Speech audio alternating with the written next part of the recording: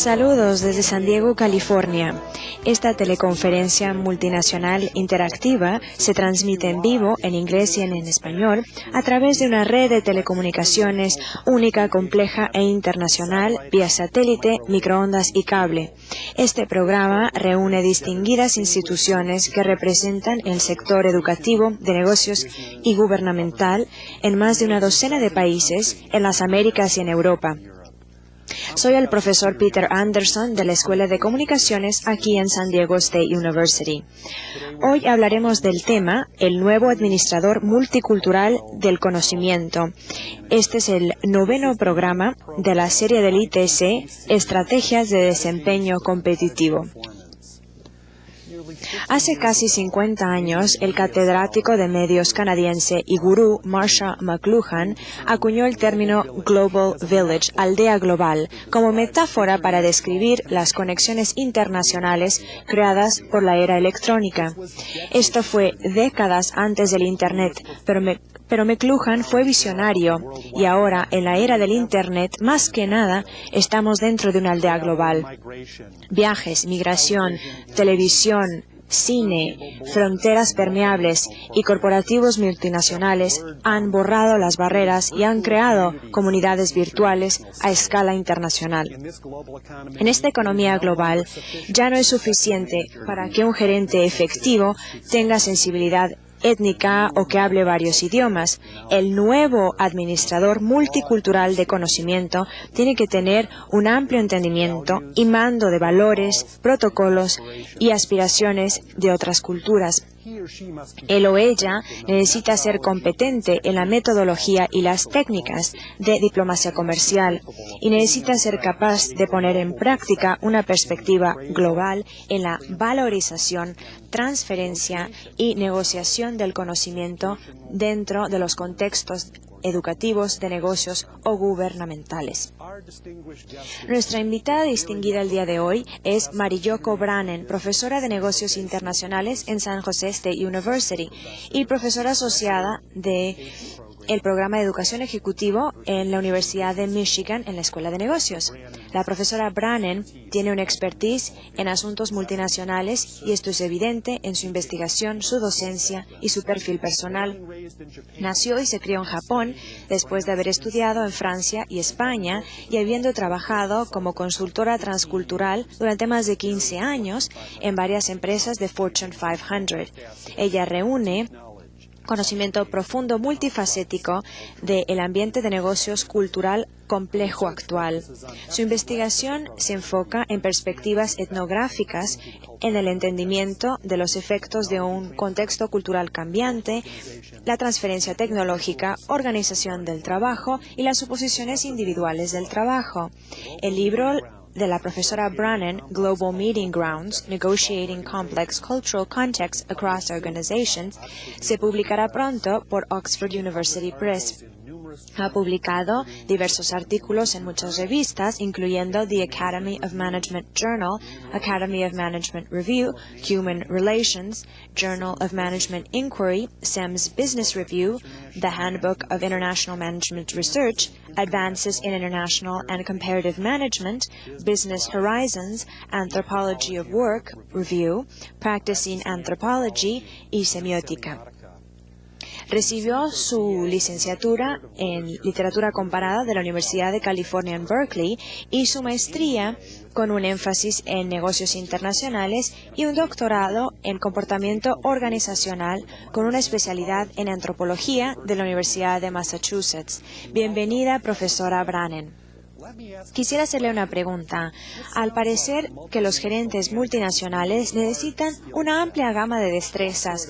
¿Qué tipo de educación o experiencia necesita un gerente que puede negociar en la aldea global? Bueno, pienso que lo que necesitamos ahora es una mentalidad global y para ello necesitamos experiencia en otras culturas.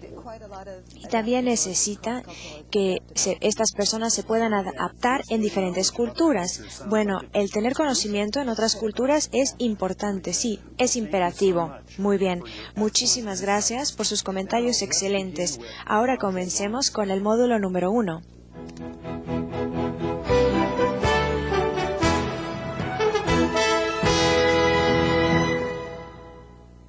El mundo como una aldea global es ya una convocatoria que se utiliza tan seguido que la frase misma se ha convertido en un cliché.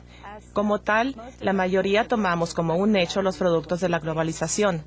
Navegamos nuestras vidas diariamente a través de una gran gama de opciones interculturales como qué comida escoger y de qué país, qué película extranjera ver o qué moda de qué país vestir. La mayoría de nosotros mezclamos confortablemente palabras extranjeras en nuestro vocabulario diario.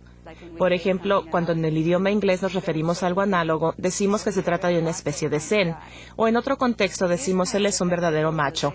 Estos efectos de la globalización nos hacen reflexionar sobre la homogenización cultural y si en realidad existen diferencias culturales que son verdaderamente importantes. Por ejemplo, tome el caso de esta caricatura que presenta a una pareja de adultos mayores en una agencia de viajes. Quizá ellos estén planeando su segunda luna de miel. Si ellos utilizan este póster y no la ayuda personal de un agente de viajes para tomar la decisión de su itinerario, podrían mejor tirar un volado, ya que en Río de Janeiro, París o Tokio se ven todos exactamente igual. Un contexto importante en donde la navegación global ocurre con menos fluidez es dentro de una empresa transnacional o en el contexto de las organizaciones multinacionales. En este escenario, la cultura, o lo que generalmente definimos como el patrón de valores compartidos, expectativas y comportamientos desarrollados por un grupo de personas que interactúan a través del tiempo, no queda tan claro.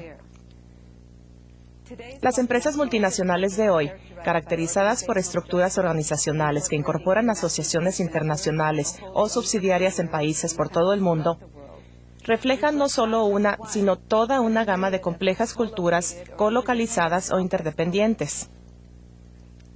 Y a medida que las empresas alrededor del mundo continúan internacionalizándose, más y más de nosotros experimentamos los efectos más punzantes de la aldea global.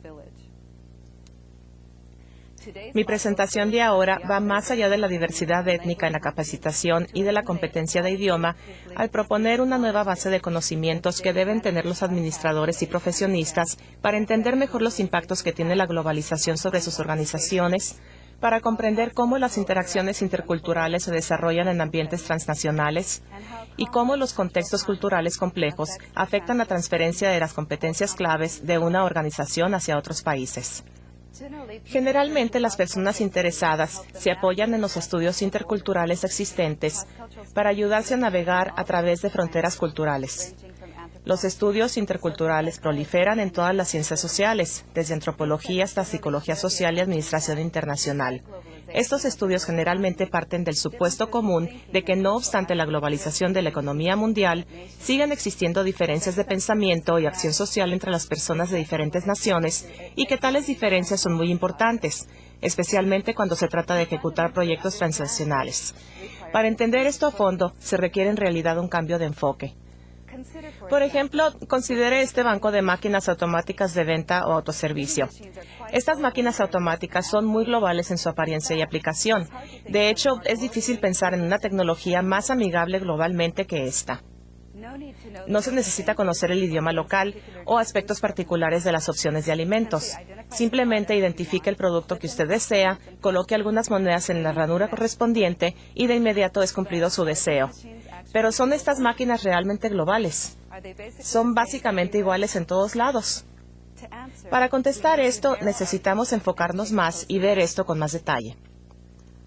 Aunque las máquinas son similares en función y diseño, cuando vemos con mayor detalle adentro de ellas, por ejemplo, sus ofertas de producto, encontramos algunas importantes diferencias. En Japón son muy comunes cerca de estaciones del tren, en hoteles de negocios y en o alrededor de los centros de las comunidades. Estas máquinas automáticas están equipadas con una gran variedad de artículos de conveniencia que van desde alimentos y bebidas hasta rasuradoras, ropa interior para una situación de pernocta no anticipada y hasta bebidas alcohólicas, cerveza, vino de arroz, whisky, en todos tipos de tamaño, especialmente el grande o familiar. Ciertamente no encontramos esto mismo en Norteamérica. Podríamos implicar varias cosas falsamente al notar esta diferencia, que a los japoneses les gusta tomar, y que pudiera no haber una edad mínima para los jóvenes, o que quizá los japoneses no se preocupan de que los niños tomen bebidas alcohólicas. Estos supuestos pudieran llevarnos a serias percepciones falsas con respecto a los japoneses y a su cultura en general. La realidad es que las bebidas alcohólicas se venden en estas máquinas automáticas solo por conveniencia. Los hogares japoneses tienen poca capacidad para almacenar las bebidas alcohólicas que ofrecen a sus invitados. Además, sí existe un mínimo de edad para tomar en Japón, y rara vez es violado en razón de las rígidas normas sociales y sanciones morales que existen en comunidades tan orientadas a grupos tales como la japonesa. Por cierto, en lugar de implicar que se trata de un país de alcohólicos, la tendencia hacia tamaños grandes de las botellas en las máquinas automáticas reflejan más bien sus interacciones en grupo. El consumo de bebidas alcohólicas en este tipo de países usualmente se realiza de manera muy interactiva en ambientes donde los amigos les sirven a uno la bebida, requiriéndose por lo tanto botellas grandes. Ya sea que la actividad transnacional involucre refaccionar estas máquinas automáticas, cruzar fronteras para negociar políticas favorables de comercio o asegurar el uso justo de ayuda externa, administrar operaciones en el extranjero con eficiencia, transferir tecnología con efectividad o dar asesoría intercultural a personas y familias migrantes.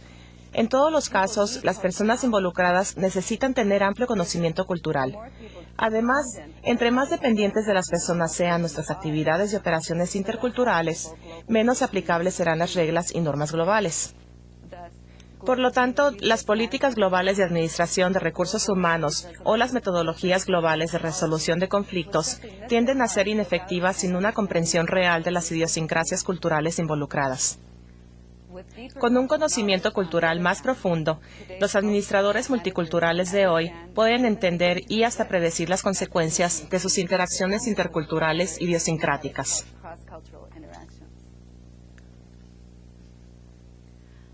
La literatura hasta ahora es bastante sofisticada con respecto a estudios uniculturales o de culturas específicas, que describen en detalle las prácticas, creencias y supuestos de culturas nacionales, y estudios comparativos que describen áreas potenciales de disonancia intercultural. Este tipo de conocimiento cultural generalizado nos ofrece lo que yo llamo el modelo de bola de billar de la interacción cultural. Cuando no sabemos nada de otra cultura, la información estereotipada es útil porque nos da un punto de partida para darle sentido a esa otra cultura. Dicha información nos puede indicar dónde dos culturas pudieran chocar como dos duras bolas de billar, llevándonos a relaciones no exitosas, o cómo pudieran rodar en paralelo y coexistir, ofreciendo cada una sus áreas de compatibilidad. Esta información cultural generalizada no nos dice cómo se desempeñarán las personas en particular dentro de cada cultura o qué tipo de cultura organizacional pudiera surgir en asociaciones, fusiones o adquisiciones entre empresas que representan diferentes grupos de culturas nacionales. En otras palabras, los datos culturales generales nos sirven solo como buenas anclas para guiar encuentros culturales preliminares, preparándonos para poner nuestro mejor pie hacia adelante y sin ofender. Aunque el concepto de cultura es algo que se relaciona con el nivel de grupo, de hecho son las personas las que la ejercen en diferentes contextos. En este sentido, la cultura es un concepto multinivel. Mientras que el modelo de la bola de billar nos da información cultural de tipo nacional muy importante, no nos explica cómo las personas en el nivel individual, el nivel central en el diagrama, con básicamente diferentes prácticas y entendidos, pueden lograr establecer medios comunes de cooperación hacia metas compartidas. Además, la mayoría de las interacciones culturales son mediadas por organizaciones, el nivel intermedio, las cuales, para complicar más el asunto, tienen también sus propias culturas. Para resumir, son 4 las limitaciones generales de nuestra comprensión actual de cultura, que evitan que en general tengamos un marco de referencia adecuado para entender la dinámica cultural de los complejos ambientes organizacionales que enfrenta el nuevo administrador multicultural del conocimiento. Primero, nuestra comprensión actual de cultura es rígida. Segundo, suponemos falsamente que la cultura organizacional o nacional es uniforme en pensamiento y manifestaciones de comportamiento a través de cada grupo cultural. Tercero, no tenemos una comprensión adecuada de la interfase entre las culturas nacionales y las culturas organizacionales. Y cuarto, las culturas las vemos como estáticas, que no permiten reinterpretación o evolución cultural con el tiempo y con la experiencia. En mi presentación de hoy, Me enfocaré de frente hacia estas limitaciones, proponiendo modelos conceptuales de lo que llamaré cultura negociada y recontextualización. Me referiré al tema de cultura negociada en este primer módulo y al de recontextualización en el segundo. Por cultura negociada, quiero decir un acuerdo de colaboración práctico, continuo y emergente de reglas y rutinas compartidas con cierta imperfección. Imperfectas porque en esta era posterior a la Guerra Fría, en que las interacciones entre culturas son menos hegemónicas, los acuerdos existentes frecuentemente son cambiantes, las condiciones están menos definidas y las partes tienen más influencia que nunca sobre los resultados transnacionales. En consecuencia, los acuerdos de cooperación no evolucionan de acuerdo a fórmulas predeterminadas, y las culturas de colaboración que surgen no reflejan simplemente una u otra cultura. Tampoco son una mezcla o híbrido de las mejores prácticas de los actuantes, ni representativas de alguna cultura de trabajo universal o global. Los actores interculturales frecuentemente se enfrentan en la práctica a situaciones donde no existen repertorios previos, sino creados en cada caso para el contexto intercultural que les ocupa. En otras palabras, dada una cultura A y otra B, el resultado cultural negociado no será simplemente A o B, o inclusive AB. Más bien, surgirá otro resultado, una especie de mutación consistente de algunos elementos de ambas culturas, así como algunos aspectos nuevos idiosincráticos a su propio contexto. Aunque los resultados culturales negociados pudieran no ser determinables, ya que por definición están en continua evolución, los procesos por los cuales evolucionan las culturas de colaboración compartida sí tienen elementos comunes y quizá universales. Se necesita una nueva comprensión amplia de cultura que resuelva las limitaciones que ya he subrayado. Esta comprensión debe tomar en cuenta primero el problema de inmersión cultural, ilustrado por las cabezas empalmadas en el diagrama de niveles culturales que se presenta. De nuevo, existen muchos niveles de inmersión cultural. Los niveles más obvios son los que ya he mencionado: el nacional, el organizacional y el individual. Otros niveles que seguido influyen en escenarios organizacionales son el ocupacional, el industrial y el de agrupamientos subculturales. Nuestro nivel propio de cultura nacional es el que tenemos la mayor información, proveniente de estudios en administración comparada, tales como los de Geert, Hofstede, von Strompenars y Masnevsky, Lane y Di Stefano, así como de estudios antropológicos, tales como los de Kluckhohn y Strodebeck, y de modelos de psicología comparada, tales como el trabajo de Harry Driandis. Aunque estos estudios nos dan muchos datos útiles a un nivel agregado de cultura nacional, es importante hacer notar que las culturas nacionales son anfitrionas de muchas subculturas. Aún en un país como Japón, que muchos consideran tener una de las culturas nacionales más homogéneas, en realidad tiene diversas subculturas de gran población: la coreana, la china y la ainu, japonesa e indígena, por mencionar a los tres grupos más grandes.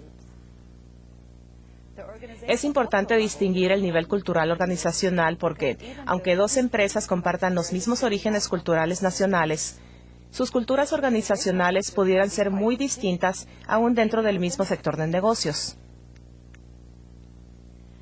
Reflexionemos sobre las diferencias culturales entre, por ejemplo, Apple Computer e IBM en Estados Unidos, o entre Sony y Matsushita, Sony la empresa renegada y Matsushita la típica organización japonesa que planea 100 años hacia el futuro, o entre Toyota y Honda. Toyota, que trasladó en forma intacta todas sus prácticas administrativas japonesas a Estados Unidos, y Honda, que realizó todo el esfuerzo para operar una organización al estilo americano en Marysville. Al nivel individual, las personas ejercen toda una gama de adaptaciones a sus culturas de origen nacional y organizacional, reflejando sus antecedentes culturales particulares en varios contextos y combinaciones de subgrupos. Por lo anterior, las personas en lo individual adoptan atributos culturales nacionales que van desde aquellos que pudieran considerarse marginales dentro de una cultura nacional dada, hasta aquellos que pudieran considerarse hipernormales y que representan al más alto grado los atributos principales de una cultura nacional. Algunas veces estas diferencias son generacionales. Por ejemplo, vean las diferencias de estilo entre esta madre tradicional y su hijo adolescente. La madre viste un kimono y el hijo está sentado con las piernas cruzadas vistiendo jeans. En otras palabras, las personas en lo individual navegan y se sitúan dentro de escenarios organizacionales adoptando posturas hipernormales, normales o marginalmente normales en términos de una dimensión cultural dada. Por estas razones, las descripciones culturales agregadas, representadas por la porción de la curva normal que está dentro de 2 desviaciones estándar de la media, pudieran no ser representativas de culturas organizacionales o de las culturas de origen de los individuos que integran la organización. Por lo tanto, una cultura nacional u organizacional siempre será un reflejo imperfecto de la otra. Otra manera de definir una cultura que nos invita a un entendimiento más dinámico e interconectado es el ver la cultura como un sistema de aprendizaje HELP. Nuevamente, aunque la cultura es un fenómeno a nivel de grupo, es puesta en acción por individuos que representan diversos grados de identificación con ciertos atributos culturales generales. Cada persona en lo individual lleva consigo en sus interacciones culturales su propio sistema HELP. La H representa los hábitos que determinan los comportamientos compartidos inconscientes entre las personas dentro de un grupo cultural. La E se refiere a las expectativas que representan los entendimientos compartidos tácitos. La L significa el lenguaje, tanto verbal como no verbal. Y la P se refiere a la perspectiva que gobierna cómo entendemos tanto lo nuestro como lo de los demás. Como ya lo vimos, tratamos siempre de darle sentido a las cosas que vemos y experimentamos en otras culturas, tales como las bebidas alcohólicas en máquinas automáticas de ventas, a través de nuestros propios lentes culturales. Esto nos puede llevar a conclusiones erróneas con respecto a otras culturas. Nuestras percepciones siempre son gobernadas por nuestra perspectiva cultural, y esto afecta tanto nuestras acciones como interpretaciones de lo que vemos y experimentamos. Como ejemplo de esa relatividad perceptual, veamos los siguientes datos que describen cómo otros visualizan a los estadounidenses. Este cuadro presenta las descripciones de 2 grupos culturales distintos, culturas A y B, y de un tercer grupo cultural, que es el estadounidense. Estas descripciones fueron obtenidas al final de un esfuerzo de 2 años, durante el cual los 3 grupos colaboraron uno con el otro en 3 equipos de trabajo distintos dentro de una empresa multinacional con matriz en Estados Unidos. A cada grupo nacional se le encargó hacer una lista de los atributos culturales claves de los otros 2 grupos. Esta gráfica presenta los resultados de la interpretación que dieron el grupo A y el grupo B acerca de la cultura del grupo estadounidense. Aunque cada grupo está describiendo al mismo equipo estadounidense, las descripciones son completamente distintas. La cultura A es la brasileña y la cultura B es la británica. Con tal grado de ambigüedad y relatividad cultural, uno se pudiera preguntar cómo podemos anticipar el tipo de cultura de colaboración compartida que sería más adecuada en diferentes escenarios complejos de cultura organizacional, o para qué inclusive molestarnos por tratar de entender el aspecto cultural. Para contestar esto correctamente, necesitamos ubicar la cultura dentro del contexto adecuado. La siguiente gráfica, adaptada de Nadler y Tushman, presenta la organización, indicada dentro del hexágono, en el contexto más amplio de su ambiente externo. Para que la organización haga uso más efectivo de sus competencias claves en el contexto de las condiciones de sus operaciones foráneas, cada parte de este modelo debe estar en una especie de equilibrio muy preciso. La cultura entra a este escenario en 2 lugares. Primero, como cultura nacional, como parte del ambiente externo junto con los insumos históricos, políticos, económicos y legales. Y segundo, como cultura organizacional, como parte del equilibrio organizacional interno. Aunque esta gráfica presenta solo un contexto cultural para una organización, en el ambiente competitivo global de hoy, las organizaciones se caracterizan por tener múltiples culturas incorporadas al hexágono de la organización. Cuando miembros de 2 culturas nacionales y organizacionales distintas interactúan, emerge una cultura negociada. Como ya dije, la nueva cultura negociada no será una fusión o cultura híbrida, aunque tendrá relación con las culturas nacionales de origen, que son un insumo a la organización. No va a reflejar ni una ni otra cultura totalmente. La cultura organizacional, marcada como cultura dentro del hexágono, será una entidad negociada que necesita estar en equilibrio o ser congruente con los otros aspectos internos de la organización. Nuevamente, dada una cultura A y una B, el resultado cultural negociado no será ni la A, ni la B, ni tampoco AB, sino alguna otra especie de mutación que tendrá partes de ambas culturas de origen, así como algunos aspectos idiosincráticos nuevos. Por lo tanto, una organización que es resultado de una fusión o adquisición internacional, como pudiera ser una coinversión internacional, tiende a ser un terreno fértil donde diferentes grupos compiten para negociar sus normas y prácticas. Las empresas tienden a tener mayor control para influenciar las condiciones culturales dentro del microambiente de sus organizaciones que fuera de ellas. Los aspectos externos en el macroambiente contextual, tales como los factores políticos y legales, la cultura nacional o regional, el idioma y la demografía de la región, son más estables y generalmente no negociables. Los administradores tienen siempre más influencia sobre los aspectos internos de la organización, tales como la estructura del capital y las reglas y normas de funcionamiento. Algunas personas que viven inmersos en las complejas culturas organizacionales de hoy son llamados híbridos culturales. Estos individuos han aprendido cuando menos 2 elementos del sistema cultural HELP. Estas personas tienden a ser valiosos recursos en la negociación de culturas organizacionales fusionadas y como agentes culturales. También son capaces de ayudar a los administradores a identificar los espacios de colaboración con potencial de sinergia, que puedan convertirse en el pilar de una nueva cultura negociada. Son varios los posibles resultados negociados. Uno pudiera ser cuando un grupo cede culturalmente. Por ejemplo, con base en mi propia investigación de una coinversión alemana-japonesa localizada en Alemania, descubrí que los administradores alemanes habían accedido a no tomar vacaciones durante los primeros 2 años de operación de la nueva coinversión internacional y a no socializar con los administradores japoneses después del trabajo.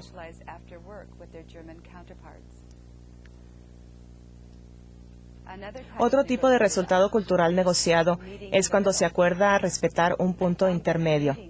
En la misma investigación, descubrí que las reuniones eran más cortas y menos frecuentes que la norma japonesa, pero más largas y más frecuentes que la norma alemana. También comprobé que la participación japonesa en estas reuniones se redujo. Un tercer tipo de resultado negociado se da cuando se innova algo nuevo para ambas partes. En el mismo proyecto de coinversión que estudié, se estableció como norma el uso del idioma inglés con la flexibilidad de cambiar a los idiomas de origen cuando fuera necesario para facilitar la comunicación. Este proyecto también se caracterizó por la creación de un nuevo sistema proactivo de informes de trabajo, con la empresa matriz japonesa disponible en todo momento para facilitar un ciclo de toma de decisiones más rápido. Un cuarto tipo de resultado negociado se da cuando se logra una división del trabajo que reduce el esfuerzo de negociación. En el mismo proyecto de investigación, descubrí que los administradores japoneses tendían a contactar al codirector japonés designado para ventilar problemas personales, mientras que los alemanes iban con su codirector alemán para lo mismo. Además, los administradores alemanes se hicieron cargo de las funciones de producción y administración, mientras que los japoneses dominaron las áreas de ventas y comercialización,